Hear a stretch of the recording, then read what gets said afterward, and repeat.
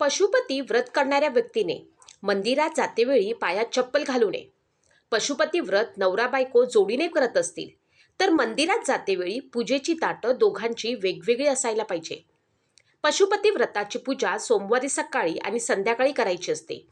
त्यामुळे पूजेच्या ताटात 2 वेळा पूजा करता येईल एवढी सामग्री सोबत घ्यावी. लक्षात असू द्या, पूजेचे ताट दोन्ही वेळेला तेच वापरावे. सकाळी आणि संध्याकाळी 5 सोमवार एकाच मंदिरात पशुपती व्रत करावे. तुम्हाला मंदिर बदलता येणार नाही. जर तुम्ही भाड्याने राहत असाल तर पशुपती व्रत सुरू असताना तुम्ही दुसरीकडे घर बदलू शकत नाही. पशुपती व्रत करतेवेळी जर सोमवारी एकादशी आली तर तुम्ही सोमवारी पशुपती व्रत करू नये. फक्त एकादशी करावी आणि 1 सोमवार जास्त करावा. पशुपती व्रत करतेवेळी जर मासिक पाळी आली तर त्या दिवशी फक्त उपवास करावा. मंदिरात जाऊन पूजा करू नये व 1 सोमवार जास्त करावा. पूजा करतेवेळी श्री शिवाय नमस्तेस्तुभ या मंत्राचा जप करावा. संध्याकाळच्या पूजेला जे 5 कणकेचे दिवे तुम्ही लावणार आहात ते तुपाचे असावे. पशुपती व्रत करताना तुमच्या मनात येणारे प्रश्न कोणते? श्रावण महिन्यात हे व्रत केले तर चालते का? पशुपती व्रत हे श्रावण महिन्यामध्ये करता येत नाही. श्रावण महिन्यामध्ये आपल्याला फक्त श्रावण सोमवार करता येईल. त्यामुळे पशुपती व्रत श्रावण महिन्यात करू नये. पशुपती व्रत करताना मांसाहार पूर्ण बंद करावे लागते का? पशुपती व्रत करते वेळेस तुम्हाला पूर्णपणे मांसाहार बंद करावे लागते. पशुपती व्रत सुरू केल्यापासून ते उद्यापन होईपर्यंत तुम्हाला मांसाहार करता येणार नाही व आपल्या घरामध्ये पण मांसाहार बनवता येणार नाही. जसे आपण श्रावण महिन्यामध्ये आपल्या घरामध्ये मांसाहार जेवण बनवत नाही, तसेच पशुपती व्रत सुरू केल्यानंतरही उद्यापन होईपर्यंत मांसाहार पूर्णपणे टाळावा. पूजा करताना कोणत्या दिशेने चेहरा करून बसावे? पशुपती व्रत करताना किंवा महादेवाच्या मंदिरात आपण रोज पूजा करत असाल तर त्यावेळी आपण शिवलिंगावरती जल अर्पण करत असाल तर त्यावेळी आपला चेहरा हा उत्तरेकडे असायला हवा. म्हणजेच आपल्याला दक्षिणेच्या बाजूने बसावे लागेल. म्हणजेच आपला चेहरा हा उत्तरेकडे असेल व शिवलिंगावरती पाणी अर्पण करावे लागेल व त्यानंतर आपली इच्छा व आकांक्षा पूर्ण होण्यासाठी महादेवांकडे मागणी करत असतो. त्यामुळे पूजा तुम्ही कुठेही बसून करू शकता, परंतु पाणी अर्पण करताना दक्षिणेकडे बसून आपले मुख उत्तरेकडे असणे गरजेचे आहे. त्याने आपल्या मनातील इच्छा व आकांक्षा देखील देवादिदेव महादेव पूर्ण करतील. परंतु प्रत्येक मंदिरात खूप गर्दी आपल्याला पाहायला मिळते. त्यामुळे जर जागा मिळाली तर दक्षिणेला बसून पाणी अर्पण करावे. जर जागा नाही मिळाली तर तिथे जागा बसून तुम्ही पूजा करून घ्यावी. घरात असलेल्या शिवलिंगाची पूजा केली तर चालते का? पशुपती व्रत करतेवेळी आपल्याला घरातील शिवलिंगाची पूजा करून हे व्रत करता येणार नाही. कारण मंदिरात शिवलिंग हा स्थापित केलेला असतो. तो एका जागेवरती दुसऱ्या जागेवरती हलवता येत नाही. त्यामुळे पुराणामध्ये असे सांगितले आहे की मंदिरामध्ये देवादिदेव महादेवांचा वास असतो आणि आपण आपल्या घरातील देवघर एका जागेवरून दुसऱ्या जागेवरती हलवतो. तर आपल्या घरातील महादेवाची पिंड शिवलिंग एका जागेवरती दुसऱ्या जागेवरती हलवले जाऊ शकते. त्यामुळे मंदिरात जाऊन पशुपती व्रताची पूजा करावी. पशुपती व्रत करताना किती बेलपत्र वाहावे लागतात? पशुपती व्रत करताना जर तुमच्याकडे बेलपत्र उपलब्ध असतील तर 101 बेलपत्र वाहिले तर चालतात.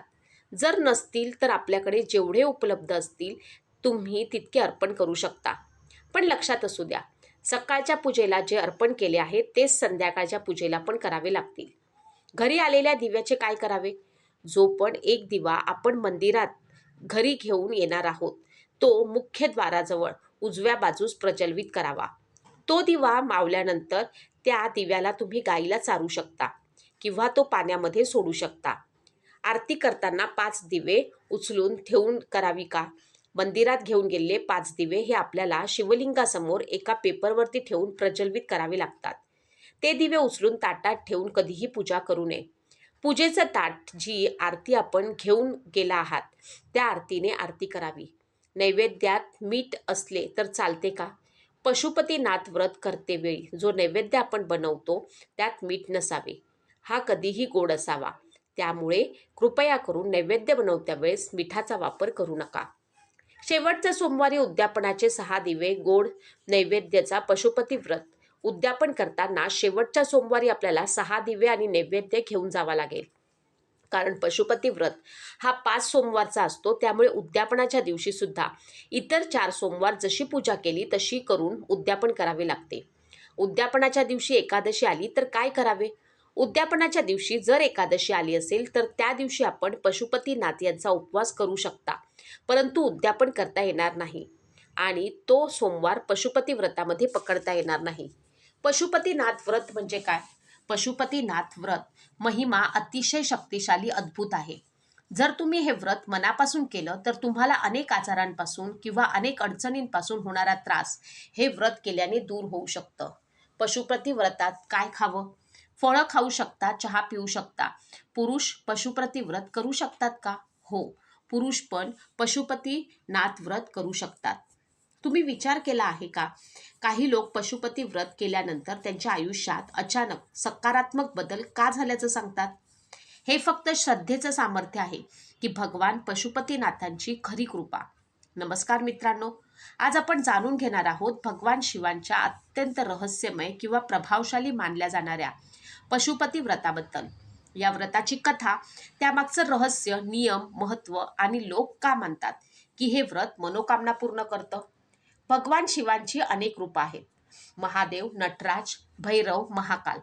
पण त्यांचं एक रूप असं आहे ज्याला पशुपतीनाथ असं म्हटलं जातं. पशु म्हणजे केवळ प्राणी नाही, तर मोह, क्रोध, लोभ आणि दुःखात अडकलेला प्रत्येक जीव. आणि पती म्हणजे स्वामी, म्हणजे सर्व जीवांचे स्वामी पशुपतीनाथ. नेपाळमधील काठमांडू येथे असलेलं प्रसिद्ध पशुपतीनाथ मंदिर जगातील सर्वात प्राचीन आणि पवित्र शिवमंदिरापैकी एक मानलं जातं. असं म्हणतात की या मंदिरात आजही एक अद्भुत ऊर्जा अनुभवायला मिळते. हजारो भक्त तिथे फक्त दर्शनासाठी नाही तर मनशांतीसाठी जातात. पण आता प्रश्न पडतो, पशुपती व्रत नेमकं काय आहे? हे व्रत मुख्यतः भगवान शिवांची कृपा मिळवण्यासाठी केलं जातं.